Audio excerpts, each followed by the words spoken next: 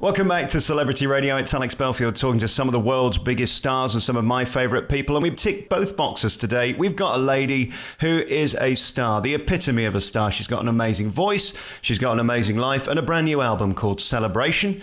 And she joins us now here in the studio. Katherine, how are you? I'm good, thank you. How are you? Well, not as good as you, to be honest. What a life, what a career. It's going pretty well, isn't it?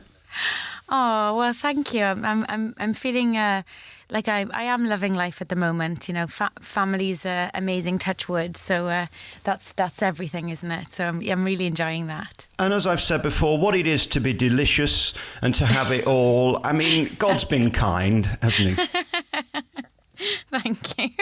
This new album's called Celebration, and the first track is called This Mother's Heart, which again couldn't be more perfect. Since we last spoke, you've got a new baby and presumably a new life, because life changes instantly the second it's born. Oh my gosh, it's just, I mean, I can't imagine her not being here now. Yes, my daughter Aaliyah, she's 6.5 months old now, and I'm absolutely besotted with her. Oh my gosh, she's amazing, as you know, any new mum will tell you. I'm loving it. I'm loving being a mum, and it's just nothing will be the same now. She's awesome. Every day there's something new, something that she's learned, something that she's doing, and it's fantastic. When I got my new car, they handed me a handbook of how to drive it. When you get a new baby, you've sort of got to work it out for yourself. How's that going? Well, I'm sure I'm making some mistakes, but I think what I also was quite amazed at was sort of how that like maternal instinct just kicks in, and you seem to know with your own child what to do, and I love that. I love the fact that I know how to comfort her and all that kind of stuff. So, yeah, it's weird but my husband and I just really enjoying being parents, and we can't get enough of it. Like I said, obsessed. Your life has been defined by travel and performing. That's got a kind of change in a way, hasn't it? Because the number one priority now, I presume, is the baby and the happiness of you and your family. I guess it's going to change your career as well as your life. Yeah, I think that it will, and I'm definitely just being more choosy about the things that I accept now. Whereas there have been years where I've almost been away for a whole year on tour.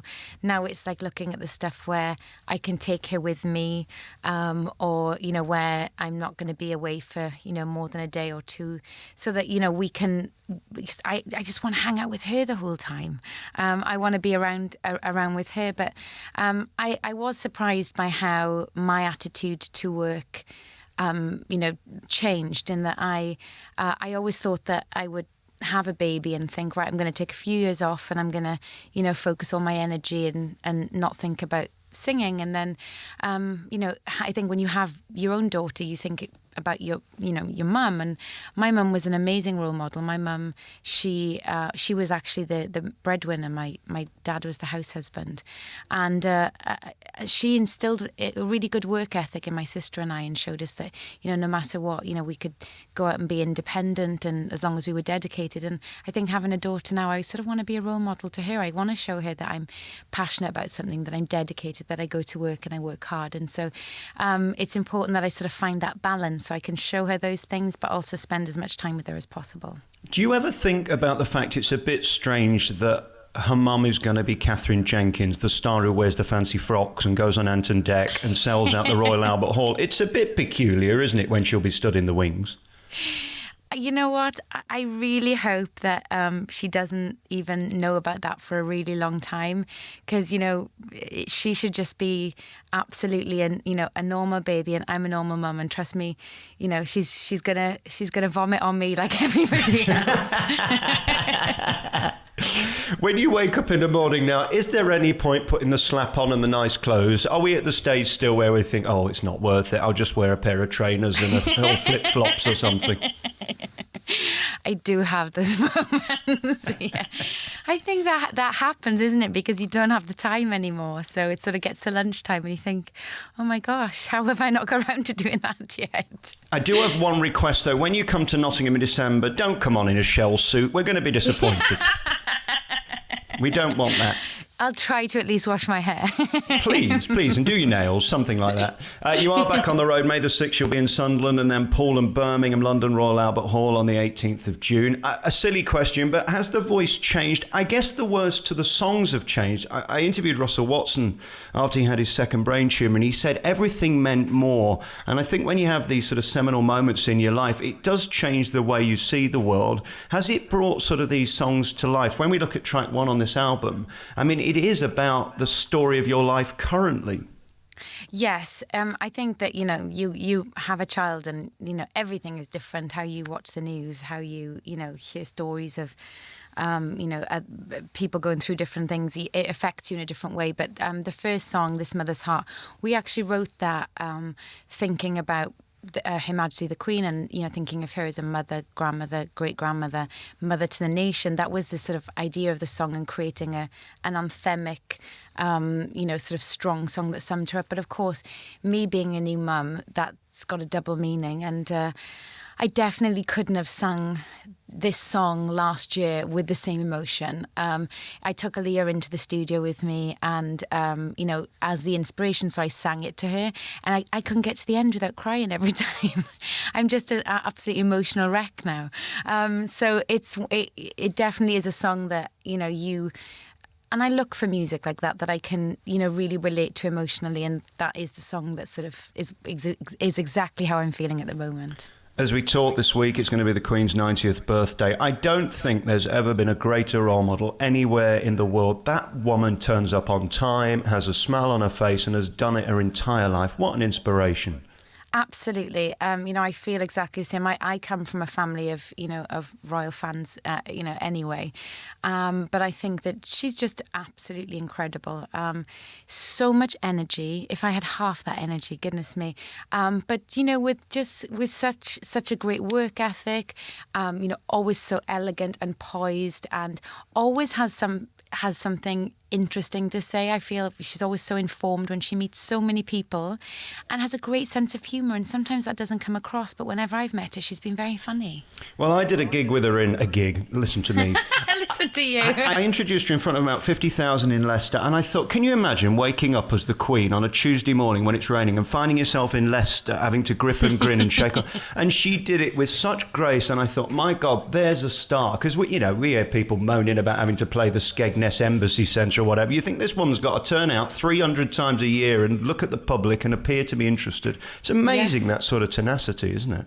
Yes, and I think, the whole celebration surrounding her 90th birthday will be a really joyful occasion. I think that we'll see a lot of the stuff that, we saw around the Jubilee with the street parties and the bunting and everything. And I think, we should be celebrating this. It's an incredible achievement in anybody's life, let alone the monarch. I love the woman. How's your old man doing, that Andrew? Is he all right? He's really good, thank you, yes.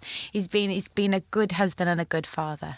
I mean, again, it changes everything. I just spent the weekend with two of my oldest friends from school. We're the same age, as you may remember. And It's very interesting at the point kids come into the relationship. How are you balancing being a great mother, being a great wife, getting your job done, bringing out new albums, talking to idiots like me? There's a lot to do, isn't there? There is, but I honestly, Andrew and I think we've always really wanted...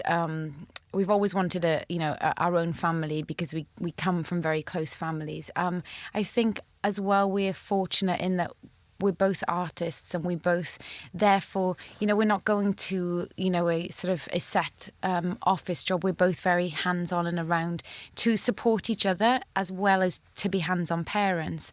And so I think that, it's just worked out in that respect that we get to spend a lot of time, the three of us, and we also appreciate that we feel passionately about what we do. And so I'm very happy to, be at home and be with Aaliyah whilst he goes and pursues what he needs to do, and vice versa. So I think we've just got a good understanding. And I guess that's what it is, keeping talking and keeping the communication going. Do you still get date nights and things like that? He's very good at being, romantic and making sure that he takes me out on dates and we get time on our own. So I think that is really important, because I think I can already see how, she becomes the center of the universe, and you sort of can lose track of things. But I think I've got a good twin there. He likes to make sure he looks after me. So well, I've no sympathy for you. You had the chance to be Mrs. Belfield and you turned me down on 4 different occasions, so you've made your choices, Katherine, that's all I'm saying. Well, maybe marriage number 2, hey? Well, I'm here and I'm waiting and available and desperate and still deeply unattractive. As we switch on the news this morning, I always feel you and I have an affinity. I'm from the north, from a pit estate. You're from South Wales. As we look at Port Talbot this morning with Tata and all that's going on, does your heart bleed for the people of where you're from? Because when I woke up one morning and found that half my population were out of work because the mine had closed, it did change the town. What's going on in South Wales? Are you on top of that right now? Absolutely. I'm, behind them, and it's just so sad to think, like, how has it got to this? And I feel like we should all be doing everything we can to try and help the situation, support the families, and it's really sad because where I'm from, it is, I can't. If you've ever driven through Port Talbot, you will know that it is like, it's the major thing on the landscape. It's all, it affects everybody in the community, and I just don't know what's going to happen now. Who needs to step up and sort it out? Is it a government thing? I mean, the people can't do anything, can they? That's the trouble. It's bigger than any of us. I definitely think that people need to step in and try and do everything that they can to help the situation. Let's keep our fingers crossed. Listen, I love talking to you. As you know, you've got this big tour coming at Christmas, and in the summer you're doing those big events again. As well as being a mother, you are a performer and you're amazing at it. Have you missed in the last year not doing those tours, or have you been just too happy being with the baby? I've actually, when I was off on my maternity leave, I didn't sing at all. And, I was preparing for being a mum, and then, enjoying my time with her and not wanting to think about anything else. But I think now it's about finding the balance, getting to sing, getting her to see that and share that with her. Actually realising that I have missed it, but it's taken on a new life now that she's in the world. Just to check, before I book my ticket, you can still sing, Katherine, yeah? Are you sure? I don't want to waste my money. They're not cheap. I definitely have been singing since in the last couple of months. So hopefully all should be well for the tour. I've used that phrase before. It must be great to be you. But when you're asked by Ant and Dec to be the star singer on that cruise ship and all that stuff, it must be fantastic. Was that fun working with them?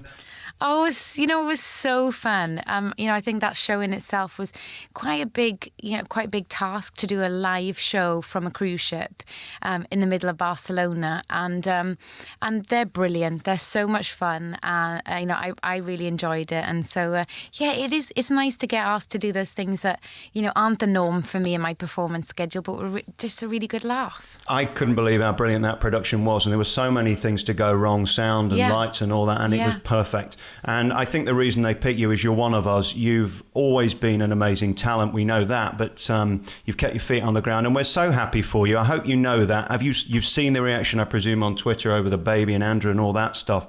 People do genuinely love you, and you can't buy that, Katherine. Oh, thank you. I appreciate it very much. The new album Celebration is out this week, and that first track, This Mother's Heart, is just beautiful. Another tremendous album. You're back on tour later in the year, and I thank you for your time. So lovely to talk to you, Katherine. And you. Lots of love. See you soon.